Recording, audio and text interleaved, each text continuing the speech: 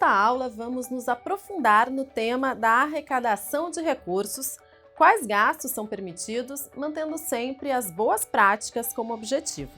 Abordaremos desde a contratação de pessoal até a locação de veículos e a utilização do fundo partidário e o fundo de financiamento de campanhas, incluindo os prazos relacionados à prestação de contas.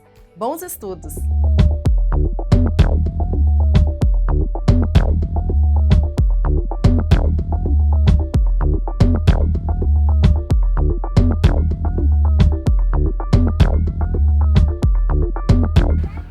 Antes de entendermos as formas corretas de arrecadar recursos, lembre-se no que você pode utilizá-los, ou seja, quais gastos são permitidos pela lei.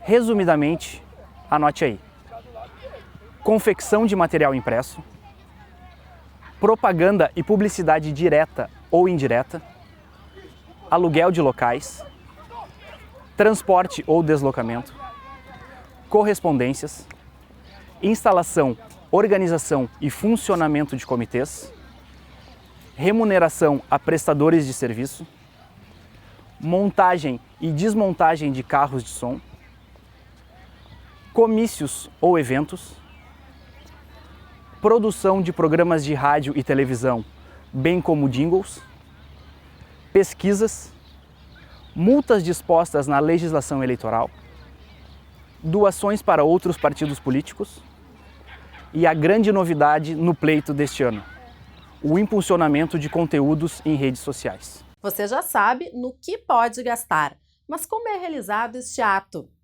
Que cuidados são necessários para que o seu gasto esteja de acordo com a lei eleitoral? Primeiro, o recurso deve passar pela conta bancária do partido. Se contratar pessoa jurídica, exige a nota fiscal.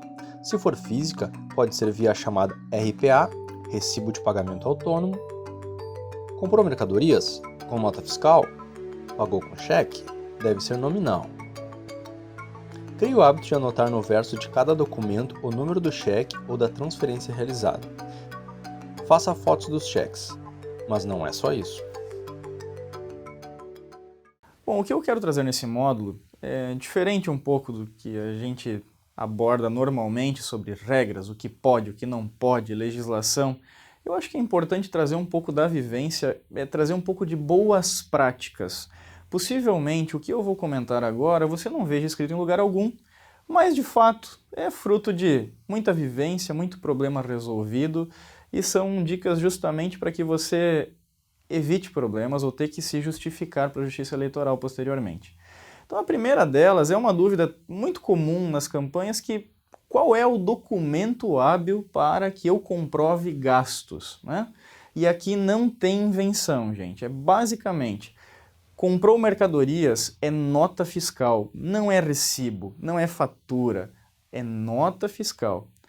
E prestação de serviços, se for pessoa física, RPA, se for empresa, nota fiscal. Empresa, CNPJ, prestador de serviço, não dá recibo, ele dá nota fiscal. Gosto muito também que, especialmente nas prestações de serviço, essa RPA ou esta nota de serviço, quando for empresa, sempre sejam acompanhadas dos respectivos contratos. Porque, às vezes, você não consegue detalhar tão bem no documento qual é a natureza do serviço, como ele se dará, quais são as regras.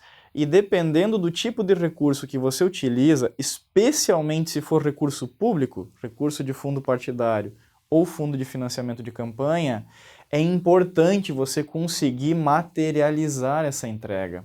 E o contrato ajuda muito nisso. Então, prestação de serviço sempre acompanhada de contrato. Compra de produtos um pouco mais complexos, sempre é bom também que essa venda seja acompanhada de contrato. Outra dica bacana é que você, ao emitir os cheques, né, que você guarde cópias, guarde fotos ou uma fotocópia desses cheques. O mesmo vale para as transferências e que nos documentos você também anote o número do cheque ou anote o número da transferência. Porque ao fechar a sua prestação de contas fica muito mais simples de você identificar. as saídas do extrato bancário e, se todas elas, linkar essas saídas com o respectivo documento que deu lastro para esse gasto.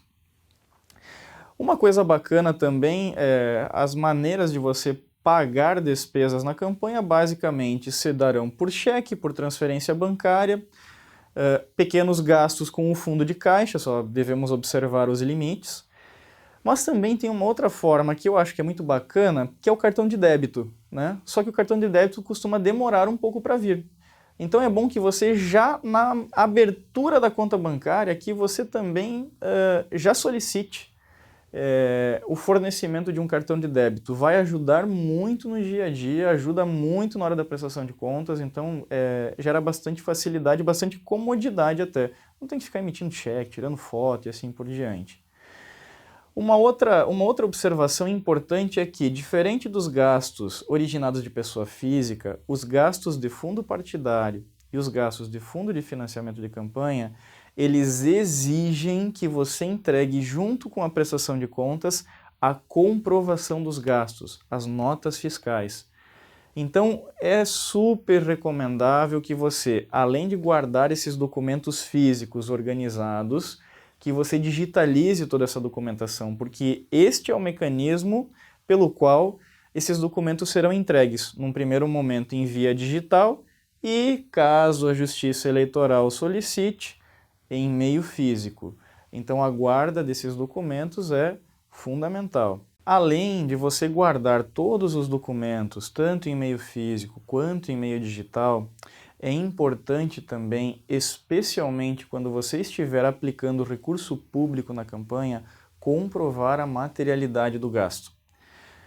Por exemplo, se você mandou imprimir santinhos, guarde um exemplar desses santinhos. Se você quiser tirar foto das remessas, comprovantes das entregas das remessas do material. Se você realizar eventos, faça registros fotográficos desses eventos. Tudo isso é fundamental, porque poderá ser solicitado pela Justiça Eleitoral. Na parte de eventos de arrecadação, é extremamente recomendável, até porque essa prática começou já na eleição municipal passada, que você, dentro das suas receitas e dentro dos seus gastos, que você segregue aquilo a que se referem eventos de arrecadação. As receitas que você arrecadou nesse evento, os gastos que você teve que praticar para organizar e para promover esse evento, guarde isso de maneira separada com uma pequena prestação de contas, porque é muito provável que a Justiça Eleitoral exija essas informações de você antes mesmo até da prestação de contas final. Então é muito importante que você tenha essa segregação dentro da sua prestação de contas como um todo. Um outro ponto é que a dinâmica de prestação de contas ela tem mudado muito, né? Você tem aquela questão da informação das doações em 72 horas, então tem a prestação de contas parcial, tem essas pequenas prestações de contas de eventos, então não dá para deixar para organizar a parte financeira da campanha, já pensando na prestação de contas, não dá para deixar isso para o final. Você precisa vir trazendo isso organizado para não ter sustos. Especialmente por aquela questão do limite de contratação de gastos. Não é incomum você deixar para fazer os acertos das despesas de campanha após a eleição. Só que após a eleição você não pode mais fazer gastos. Você pode pagar gastos já contraídos, mas você não pode mais emitir notas fiscais depois do dia da eleição. E isso sempre dá correria, então tomem cuidado com isso. E por último ainda, eu quero chamar a atenção para a questão do cheque devolvido, que sempre dá muito problema, porque o que acontece na prática, né? Muitas vezes o candidato ele paga alguma despesa com cheque, esse cheque não tem saldo, o banco devolve pela primeira vez a linha 11, pela segunda vez a linha 12, como cheque sem fundo, e o candidato não resgata esse cheque, vai lá e paga direto o fornecedor ou dá um outro cheque, e isso gera problema, porque o que acontece? A gente precisa comprovar para a Justiça Eleitoral que de fato aquele cheque não tinha fundos e foi devolvido, e por qual cheque você ou por qual meio de pagamento você efetivamente substituiu aquele cheque. Então qual é o procedimento adequado? Se isso acontecer, e E às vezes acontece, você está contando com receber um recurso, esse recurso não veio na data, você fez o compromisso pensando em alguma doação, o cheque voltou. O procedimento correto é você resgatar esse cheque com o fornecedor, substituir este cheque devolvido por um novo cheque, e isso precisa ser entregue em cópia junto com a prestação de contas e uma nota explicativa, dizendo, olha, que o cheque número tal, devolvido na data tal, foi substituído por este novo cheque compensado no dia tal. Assim você comprova que não há nenhum gasto pago com caixa 2 e nem uma saída sem comprovação. Muito cuidado! Caso as notas fiscais não sejam pagas até o dia da eleição, serão consideradas dívidas de campanha. Elas ainda poderão ser pagas até a data da entrega da prestação de contas, mas não vale a pena correr o risco, né? Ainda, caso isso não ocorra, o partido pode ser responsabilizado por essa dívida e implicar na desaprovação de suas contas.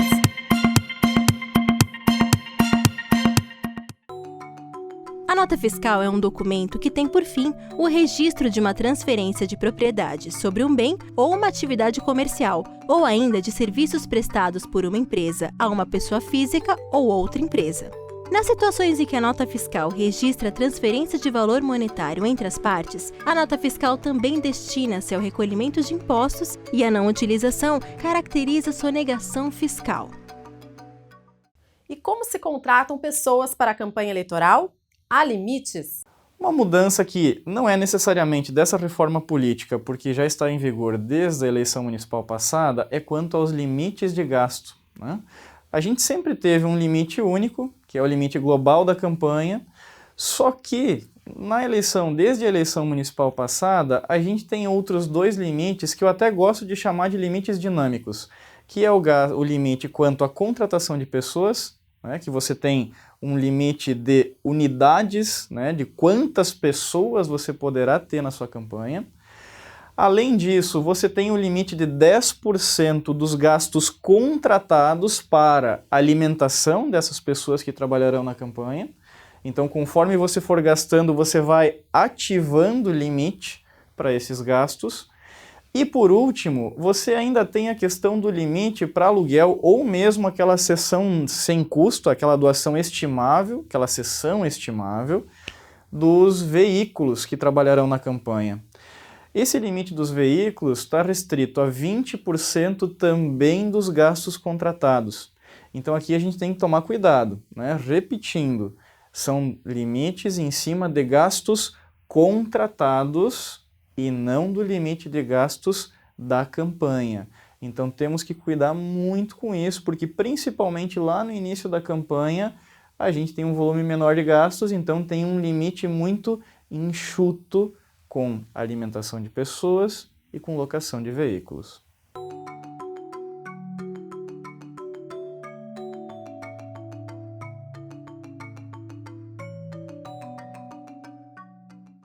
Diferente dos partidos, não há limitação para a utilização do fundo partidário ou mesmo do fundo de financiamento de campanhas.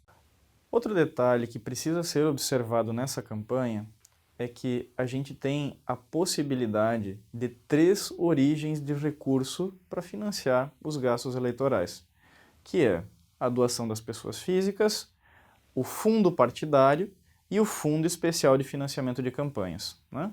Eu vou me deter mais na questão nas diferenças entre os dois fundos, até para a gente deixar bem claro, porque é um tema novo, essa é uma inovação da nossa atual reforma política, da última reforma política. A diferença básica é, o fundo partidário é aquele fundo que já existia, né, já há muitos anos, e é o fundo que existe para o financiamento dos partidos. Muitas vezes o partido, seja por estratégia ou por gestão, opta por criar reservas para auxiliar os seus candidatos em épocas de eleição. Tudo isso é possível. Esse fundo tem que ser movimentado por uma conta específica, não pode ser misturado, por exemplo, com os recursos das pessoas físicas, e ele tem algumas regras diferentes de prestação de contas, como, por exemplo, uma comprovação mais rigorosa quanto à materialidade do gasto. Se você for comprar gastos com combustível você precisa indicar a placa dos veículos que estão sendo abastecidos com aquele combustível. Se você for contratar uma diária em um hotel, você precisa dizer na nota fiscal quais as pessoas usaram aquelas diárias, porque de fato é recurso público. Já o Fundo de Financiamento de Campanhas, ou o Fundo Especial de Financiamento de Campanhas, ele é um fundo parecido com o partidário, só que a sua finalidade, a sua natureza básica é financiar campanhas. Então o TSE vai disponibilizar esses recursos ao Partido Nacional, que vai definir critérios objetivos de partilha. Então o partido pode deliberar como ele acha melhor distribuir, a forma que ele achar melhor de distribuir esses recursos entre os seus candidatos. As regras de prestação de contas são muito parecidas com a do fundo partidário, então você tem a questão da materialidade. Até isso é importante ressaltar, né? A prestação de contas, ela deveria obedecer, todo o gasto deveria obedecer um tripé de comprovação. Você tem a movimentação bancária, a movimentação fiscal e a materialidade do gasto. Ou seja, preciso demonstrar onde esse dinheiro transitou na conta de campanha, preciso demonstrar a documentação fiscal, as notas, os recibos, os contratos, e preciso também conseguir demonstrar a materialidade, que esse gasto que saiu da conta bancária e teve uma nota fiscal, que de fato, que efetivamente ele existiu.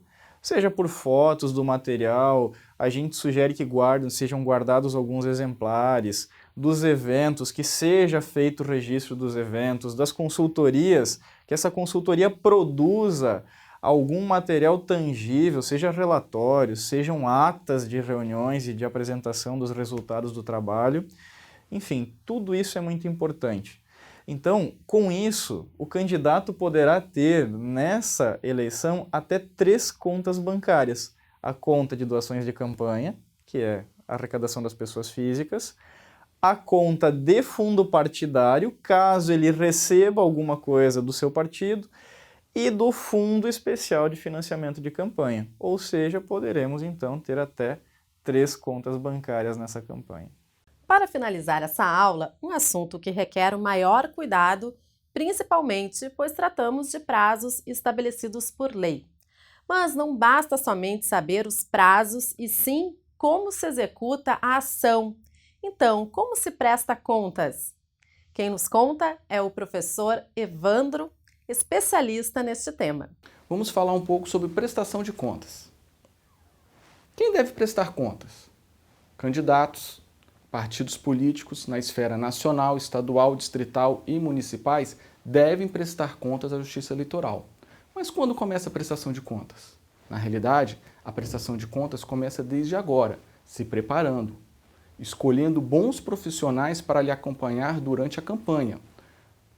Bons contadores, advogados, preferencialmente que tenham experiência em prestação de contas de campanha, é essencial para que você tenha sucesso nas suas contas. A prestação de contas é feita via o sistema informatizado do TSE, o SPCA.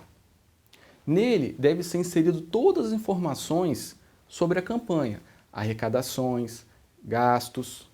E o que deve ser feito? Deve ser colocado dentro da campanha tudo aquilo que você aprendeu nessas aulas, respeitando os limites de arrecadações, as formas de pagamento, como investir os recursos. Com isso, você já está elaborando eletronicamente a prestação de contas.